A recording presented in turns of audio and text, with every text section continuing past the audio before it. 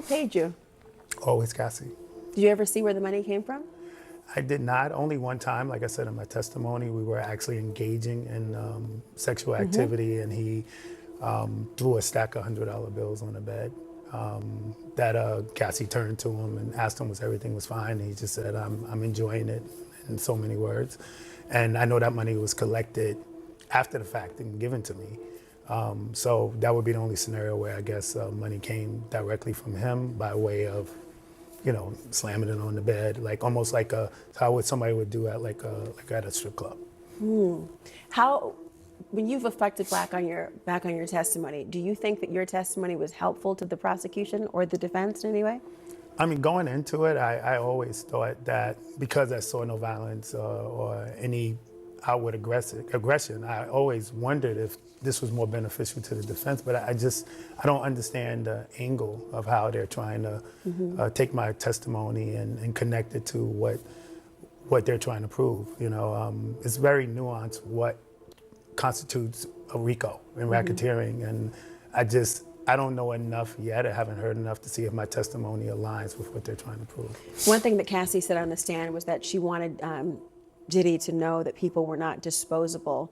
And it almost sounded like she was talking collectively about everyone involved in these sexual encounters and these so-called freak-offs. Did you yourself ever feel as though you were either disposable or that you yourself were being trafficked in some way or prostituted? No, not trafficked in some way or whatever. There was always pressure in terms of being disposable because obviously I'm there to create something, like a scene, to create an environment. So at times where there was sexual pressure, you know, because it's out of my norm, I did have a feeling of, okay, I'm one, you know, scenario where if I don't perform in the right way, if I don't create the right ambiance, then maybe I won't get called back. But that's the most pressure that I had. There was no indication of I really believe they were just a happy couple, and this was a sexual fetish that they had. Do you ever see them be affectionate during these freak-offs together? I did not. They would never actually interact in front of me. There was like kind of a cue where if he needed to speak to her or have some sort of direction with her, he would just stand up and leave the room. And if she saw that, she would follow him out. They would be gone 5-10 minutes. Then she'll come back and we'll resume for the most part. But no interaction in front of me. No even conversation other than his directions, which were subtle: move the light, turn your body, maybe put more oil. Those type of gestures in communication. You said Man, it's been one of them motherfucking nights. For real. I should have took some pictures before. Nice job. It's the end of the night and it was mother.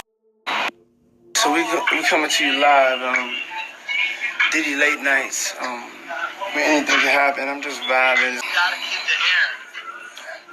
Yeah, I'm thinking I'm gonna wear this here in Toronto. Let me ask you a question. When I get to just late night, I got my wig on.